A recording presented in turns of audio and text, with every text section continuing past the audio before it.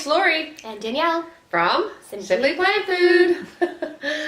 Okay, as promised, we have what we call a question and answer video. So we have some questions that people have asked, and so we're just going to kind of answer some of them. So, right, Danielle? And because I love food, so we have sweet potato fries here, some peppers, and broccoli, of course, and then I had a nice dip going on, but it didn't work out really well. So we got a little bit of chipotle mayonnaise that we got down at Maine Vegan Deli. So if you're looking for that, go there. Okay, so anyway, we'll start with the first question. We're just gonna be real here. It's not staged or anything. It's just gonna happen the way it happens. Okay. So the first question is, how long did it take you to adjust to the vegan diet? Well, you go first. Well, actually, for me, I was vegetarian first, right? So for about 8 years, and then, or not 8 years. I've been everything for probably a total of 8 or 9 years. But I've been vegetarian first, but I've been vegan for 3 years probably about, right? Mm-hmm. So vegetarian, like it was rough at first. I'll have to say, because like about 7 years ago when I started vegetarian, it was hard because I was the only one doing it, right? I didn't have any support except for people online or videos like this or things I was looking at, because nobody else was doing it with me, right, at the time. And then but then as I've gone along and I took a stand and said, no, I don't want to harm the animals, and it's just, if you keep a focus, right, I think it's like if you do anything in life, right, you gotta have a why, right? And my why was the animals for me at the first, right? So now it's kind of doing the health and environment thing now, but I mean at first I think what was the question again? It was like, how long did it take you to adjust to the vegan diet? Well, yeah, so it was over time, right? But Danielle did it right off the hop. But she had me though. I changed my diet right off the hop, but actually adjusting to the lifestyle is still ongoing. Yes, there's still things that I need to tweak, and things that I find out that I'm like, oh shoot. Right. Oh yeah, she's actually helped me. Yeah, you're never perfect at it. Right. You make mistakes. Yep. You get harassed by people constantly. Yeah. You get told you don't have enough protein. You need B12. Everyone becomes nutritionist which is fine. Yeah. Obviously, it's a different way of life, so people want to know. So. Yeah, exactly. But yeah, I guess, how long did it take you to adjust to a vegan diet? I adjusted right away. Yeah, she pretty much did. And she had to go to Turks and Caicos, there was no vegan food there. Yeah. Rice and beans. Yeah, pretty much. And oatmeal. Yeah. So. But you learn along the way. I didn't even know, I was already well into it, and I never realized that chips had milk in them. Danielle goes, Mom, what do you eat this salt and vinegar chips? That's my, bad thing that I do is eat chips, right? Oh my God, I never thought to check. I wouldn't even thought. So you really have to check labels, right? Yeah. That's well, there was a meme on Facebook the other day that was posted. It was a piece of broccoli, and it says ingredients, and then it says broccoli and milk. It's like every vegan food, because everything has milk in it. I know. So, Yeah. So next question. Okay, next question. Is it difficult to eat out in the restaurant? Well, it depends. Yes and no. Yeah. You have to, I think the biggest thing is trying to search for restaurants, and that's where we're trying to get our website sort of geared towards our local area right now, and just tell you where to find the restaurants, where to find the food, right? But if the restaurant's vegan, easy peasy. Yeah. You can eat everything off the menu. Exactly. If they're vegetarian or vegan friendly, then they might have a couple things for you to eat, and for sure that it's vegan because it has the V on it. But then if you go to a chain restaurant and it's not, right, then you have to adjust. Right. And unfortunately, I was never one of those people, if someone gave me the wrong food, I would probably just eat the wrong food, because I would never want to say anything. I'm just I'm kind of whatever, I'll eat it, it's food, I don't care, I don't make a big deal. But now that I have to say, well, does it have milk in it? Does it have eggs in it? Now I feel like I'm being annoying, but at the same time, it's important to me, so I just kind of... And I think you just ask quickly, and they'll check. Usually it's the buns that you have to be worried about. I know, it's crazy. I can't believe they put eggs in buns. What the heck, right? Veggie burger with an egg bun. Yeah. I know. I know, it's crazy. Because I usually have to ask if the veggie burger is got egg in it or whatever, right? And a lot of times you're going to find that the young people don't know. Like, they don't know. So, and they have to ask cooks or whatever else, right? But you can also go online too, like she said, go online and check out and see what they've got, right?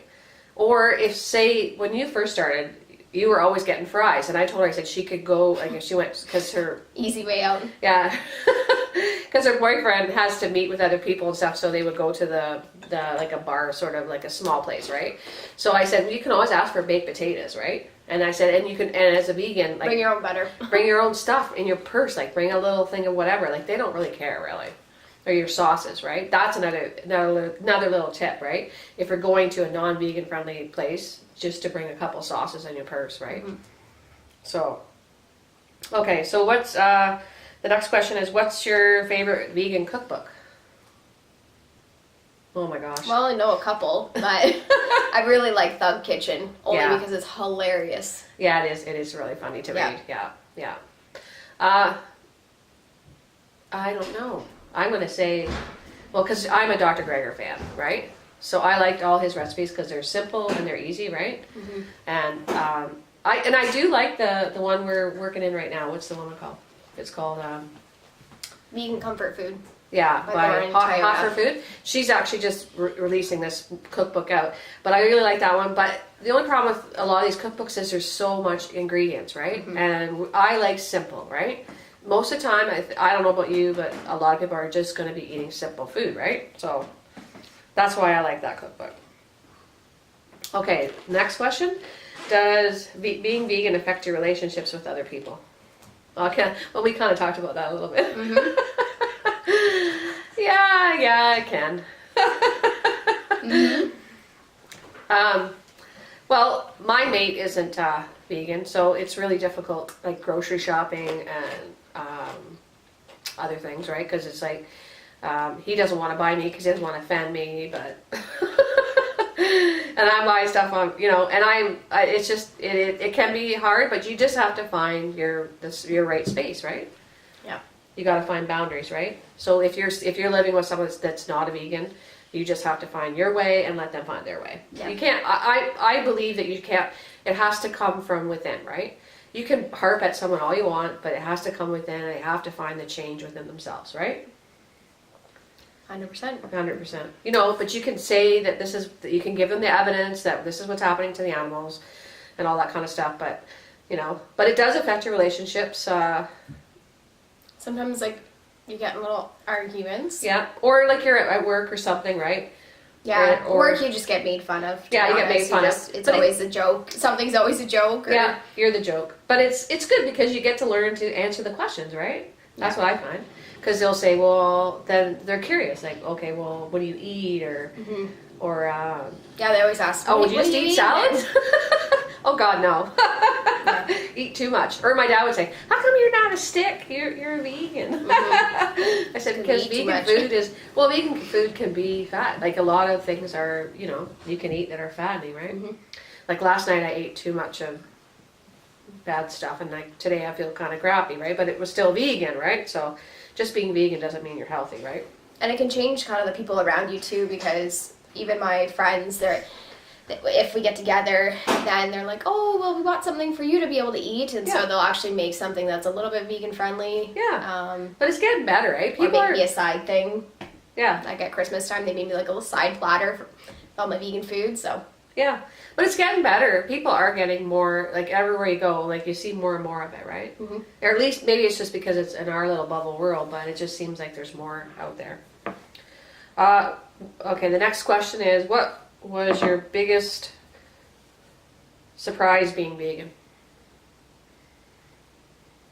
Biggest surprise? I think for me, it was all the people being upset about it. Right? When I first went vegan, everyone was upset about it, weren't they? Because I was the first one that went, right? Vegetarian first and then vegan. Yep. I was just surprised everyone was upset about it, or everyone thought that, it was just going to be like a fad, right? Mm-hmm. So I guess it depends on how you take that question. Biggest surprise, maybe like what things like, that weren't vegan?